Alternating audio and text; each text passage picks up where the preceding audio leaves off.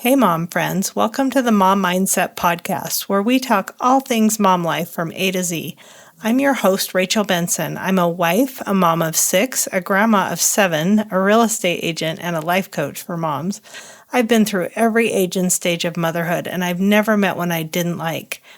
I've also never met one that didn't come with its share of personal growth and challenges. As moms, we set the mood and tone of the home. We're the emotional support and the cheerleaders for everyone in the house, not to mention the cook, chauffeur, and the housekeeper. There's a lot to know and do, and that's what I'm here to help with. Thanks for letting me into your home and into your heart. Let's talk about what's on your mom mind today.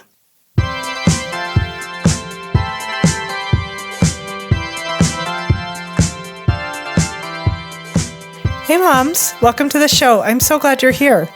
How's everything in your little corner of the world?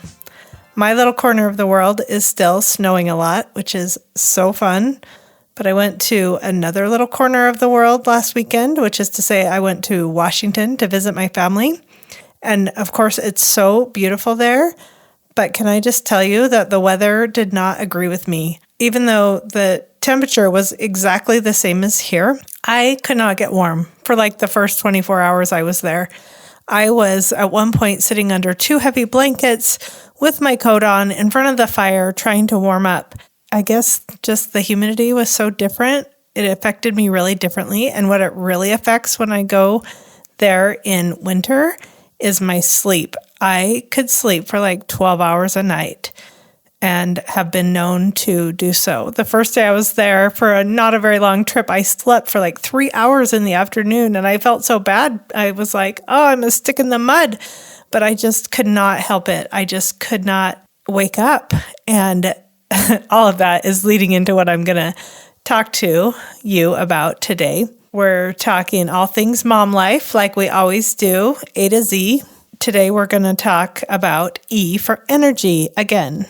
But last week we talked about New Year's energy, which is that unique energy we get at the beginning of a year when we're invigorated thinking about all the possibilities of the new year. But today I want to talk about everyday energy because I know this is a hot button issue for moms. And I want to give you some suggestions of how you can use your thoughts to create energy. Also, some practical tips that you can do to have more energy, because don't all of us moms want a little more pep in our step, a little more energy for the things that we do every day to feel our best? I know that sleep is the most obvious form of energy, but I think you would also agree that once we become moms, sleep becomes a very unpredictable thing, starting from when we have that newborn that we bring home from the hospital and we start having to wake up in the night. And I don't care how many babies you have and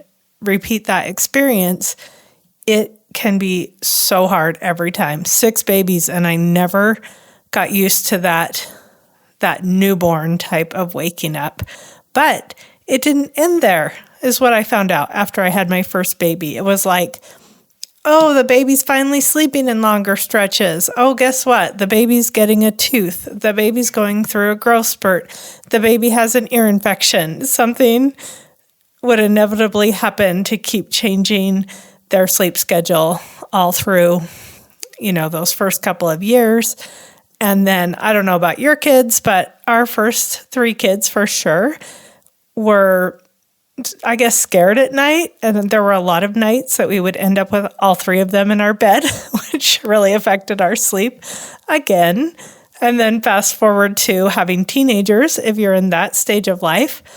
I know some moms can't go to sleep until their teenagers come home and they're in their beds. I can fall asleep anytime, but if I wake up and realize they're not there and it's midnight or 12:30, I will just wake up with a start and start texting them.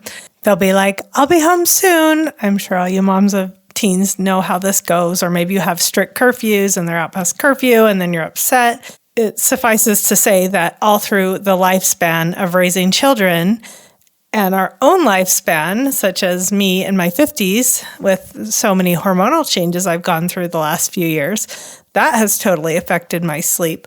So sometimes I feel like I haven't slept in a normal, like, go to sleep and sleep for 8 hours pattern in the last 31 years. So I am so sorry if you are just starting out your motherhood journey and I just totally bursted your bubble of thinking you would ever sleep again like you did when you were in college or, when your life was more your own.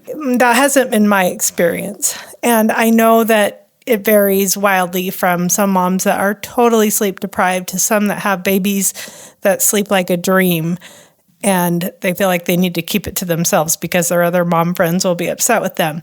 But wherever you're at with that, what I want to talk to you about today, I hope will empower you to think about your energy in a different way and know that we can all have some control over that, regardless of how our children are sleeping or how late our teens are keeping us up, because we don't want to put our energy levels in the hands of our children who are kind of all over the place with how the nights go with them. I want to share with you how I first came to realize that I was kind of making the situation worse by counting the number of hours of sleep lost when I first started having babies and nursing. In the beginning, I would be like, okay, let's see, there was like a 3-hour block of time here.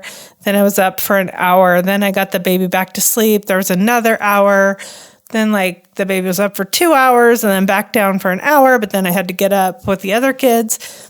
And at some point I was like, okay, I cannot count the hours. That just makes it worse. When I start, thinking all that through, and just thinking about it made me feel like I was tired, even if I didn't take time to consider my energy levels. So if you find yourself in a similar situation, that's just one thing I would offer you, is that it may not be helpful to consider the hours of lost sleep. And another thing that my husband and I agreed to in later years, as we were putting a lot of kids to bed, and isn't bedtime just it could be so exhausting in and of itself. It's it reminds me of if you have a couple of kids or even just one kid that's I need a drink, I need this, I need to go to the bathroom. They're running around. You're trying to get them to put their pajamas on. But however many kids you have, you might feel like, the way I sometimes think of it, as that old whack-a-mole game that they used to have at Chuck E. Cheese, or I don't know, they probably still have it at nickel arcades, and you pound down a gopher that pops up out of a hole, and you get one and you get a point, and then another one pops up out of a hole, and you're just whacking all over the game. Sometimes I feel like it's like that with kids. I got that under control, and now this one popped up. And so, bedtime can be like that. So Mark and I, my husband, we would go to bed and just be like, oh my goodness, I'm so tired. That took everything out of me. And we'd say this every night. It was the same thing every night. And eventually we were like, wait, when we say that, it doesn't give us any extra energy. We got to quit saying it. Just quit speaking it. We both know we're tired, but we don't want to really speak to that and give that even more energy. So we started really making an effort not to just always re-emphasize how exhausted we were at night, which helped. It did kind of help.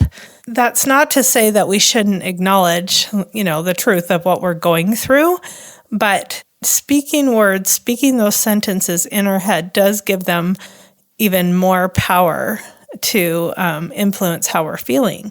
So if I could go back in time, I would keep that. I would not say to my husband every night, I'm so tired. But if I did, I would also take that opportunity to recognize, heck yeah, I'm tired. Do you know what I did today? And this is what I want to say to all you moms out there, bless your souls. And I mean, I'm still a mom of all my kids have, as of recently, they're all moved out. But I'm still super involved with them. You're always a mom. Once a mom, always a mom. But if you will take that opportunity when you're feeling tired, not to feel discouraged, but to consider what you really did and accomplished that day. Sometimes it might not seem like much, but taking care of little ones takes so much physical and mental energy. I had a day a while back when I was watching, I think 3 of my grandkids, maybe only 2 of them. And after I watched them, I went on like a 3 or 4 hour car ride out of town. And while I was in the car, my activity tracker said I'd accomplished my calorie goal. And I have a high calorie goal. It's like 600 calories. And I thought, how did I do that? And I realized that I had been running around chasing those kids in the morning. Not like I chase them, you know what I mean, just being busy with them, interacting with them, taking care of them. And I moved apparently over 600 calories worth.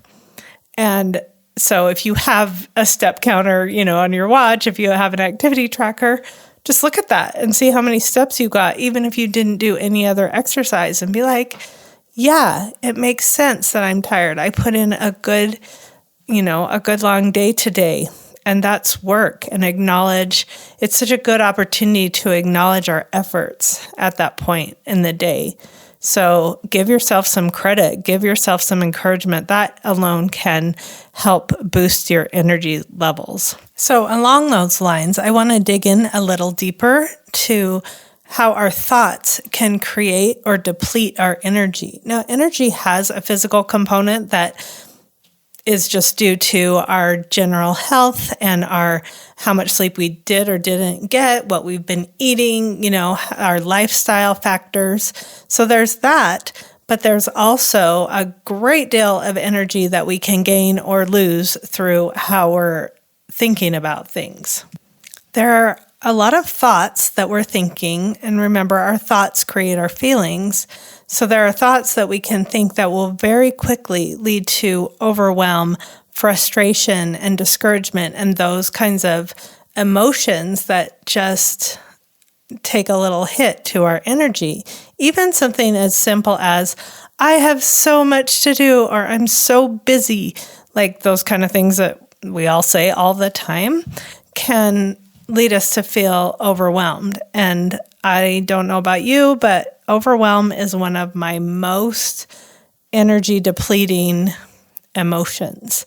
When I feel overwhelmed, I almost just shut down. And even when I was in college, I remember sometimes having like a big, huge paper to do that I left a little too long, and I would just fall asleep and take a nap because of the overwhelm. So something like that, if we can just be like, wow, I just said that, and rephrase it, like even to something along the lines of, I'm going to tackle my to-do list today. I'm going to get this and this and this done.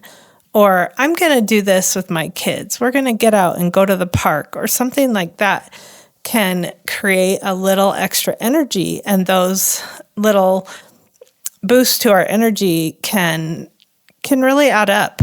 So here I'd invite you to take an honest look at your days and ask yourself, where do I have energy in the day? And where do I feel the most exhausted? Is it bedtime? Is it nap time? I just want to lay down and take a nap with my kids. Is it first thing in the morning because it's just so hard to get up? And instead of generalizing, I'm just always tired, I don't have enough energy, really take a look at what drains your energy and what adds to it. And as you'll probably hear me say over and over again, I always recommend that you notice the negative thoughts. There are some negative and limiting thoughts in every situation where we are not feeling as energetic as we want to be. There's probably a few repeated thoughts, like my husband and I, at bedtime every night in the past. It was like, oh, I'm so tired. And there's part giving ourselves credit and acknowledging what we did, and part asking ourselves if that's the way we want to continue feeling, and recognizing where we can gain some leverage over that so that we can channel more positive energy, more physical energy, and more mental energy. I think that you'll find this to be a really good exercise, and that if you can start to look again at your days as a whole and ask yourself, where is my energy enough and where is it lacking?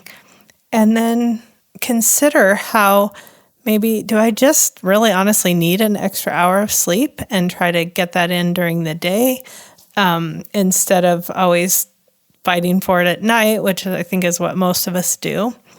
That could be super helpful. We all sort of generalize when there's something wrong, like I'm always anxious, I'm always tired, I'm always this way. But if we take a good look at it, it's, frustration, anger, overwhelm, discouragement, those kinds of emotions come and go throughout the day, and they're interspersed with better ones and more energetic ones. I'm going to leave that for a minute. I want to kind of change gears here and talk more about mental energy and the energy that we bring to the different aspects of our lives. Because this is something a lot of us don't think about, but it can be really common to go throughout our day and just kind of go with the flow, whatever we've got going on, whatever's going on with the kids. If we're at work, if we're driving the carpool, we just kind of have kind of a constant energy that is almost just like in reaction to what's going on or just matches our natural energy levels. But I want to invite you to consider how you can actually bring purposeful energy into some of the things that you've got going on. Sometimes when my kids have somewhere to go, they're like, I don't know who's going. I don't know if it will be fun, like to a social activity. And I'll say, but you bring the fun. So it can be fun. We can all, going into social events, for example, we can always know that we'll have fun because we can bring that fun energy. And even something I try to do is think ahead to who will be there. What can I talk to them about? How can I engage them and make it fun for them? We can all bring the fun, the friendliness. We have a saying in our house that when the kids say something's going to be awkward, I'll say, oh, do you mean it's going to be awesome? So we'll say, I'll always tease them like, no, don't you mean awesome? If they say I'm awkward, I say, don't you mean awesome? So we love that saying. And it lightens the mood, when you're going into something thinking this can be awkward or it can be awesome. It all comes down to the energy that we're projecting. I have a neighbor who I hope she won't mind me sharing this. She moved in just a year or year and a half ago. And by the time we had the first neighborhood gathering, she knew everyone. I swear she knew more people than I did after about a month of living here. And she just talks to everyone. I mean, she's an amazing people person, and we're not all like that. But it was an amazing example to me of how to adjust to maybe being in a new neighborhood or social situation and just taking responsibility for the experience that we want to have and not waiting for the neighbors to come and introduce themselves, but being the one that goes out and introduces ourselves to the neighbors. She was telling me the other day, oh, we're really good friends with so-and-so who lives down the street. And I was saying, I don't even know who that is. And she said, we get together and play cards all the time. And I was asking, what house do they live in? How do you even know them?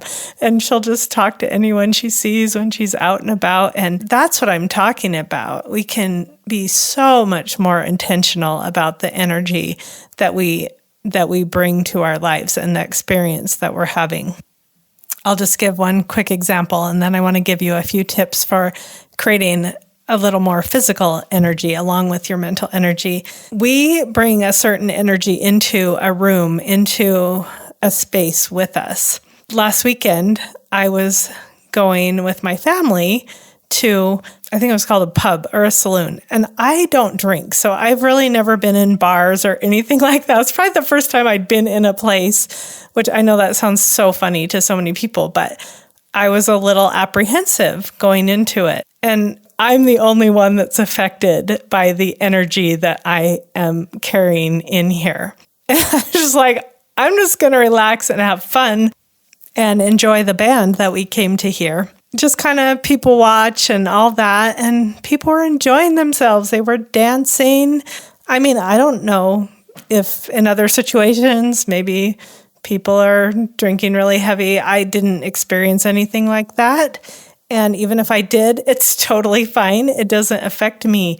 I was able to relax and enjoy myself. And so I think it's so helpful to know that we can put ourselves at ease in any social situation and then help others feel more at ease as well. If we're feeling insecure in a situation or apprehensive, like I was just talking about, we sort of project this apprehensive energy, and we can totally change that. And it's so empowering to know that. So I'm just going to leave you with those things to think about, like consider your energy levels, consider what gives you energy, what depletes it, how do you want to maybe change things up so that you can experience more of the energy you want. I'll come back to sleep for just a minute because there's an example I want to share about how differently we could think about something like bedtime. There used to be a bunch of shows on probably like the Discovery Channel that were about families of multiples. There was one my kids used to like to watch called Kate plus 8 or something like that. Some of you, I'm sure, maybe saw that. But so the woman had 8 children, and I don't think they were very old, but I don't think it was that show, but something similar I was watching. And the mom had, I believe it was 5 children, quintuplets. And she said, I just love bedtime. It's just the sweetest time of the day. And I about died when I heard her say that. I was like, how can she say that? Like, bedtime is the most stressful time of the day when you're tired and the kids are tired, and sometimes kids get hyper when they're tired. And I thought that was so interesting that she had a totally different perspective, even though her situation was probably far more challenging than the average person.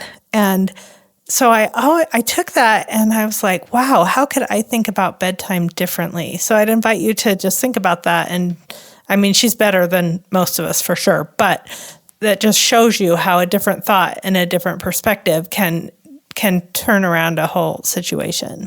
So that's just something to think about if you're like I was and bedtime is challenging, or maybe it's a different time of day. Maybe it's the hours between and the kids get up from naps and dinner time, that time of day, or maybe it's waking up in the morning. But whatever time it is, just consider maybe that there's a different perspective that you could apply to that time of day and maybe get some added energy. So on that note, I want to just leave you with 3 tips that I bet you haven't heard before that could help you get more natural energy.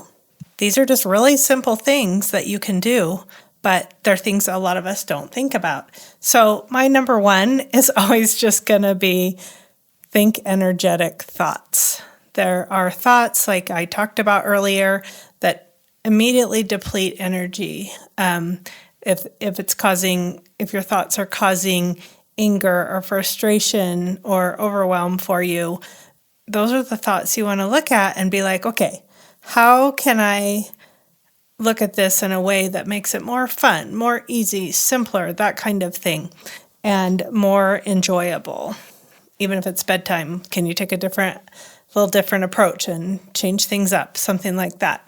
My second one, along the lines of overwhelm, is to ask yourself if there are things that you can say no to that are causing you overwhelm in this season of your life. The Bible says to everything there is a season and a time to every purpose under the heaven.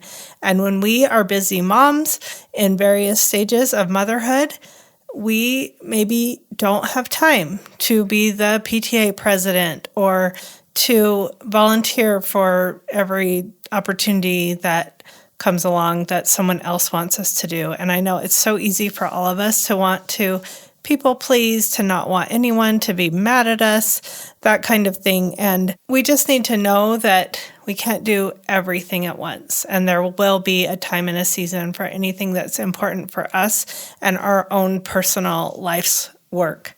I promise there will be time for everything.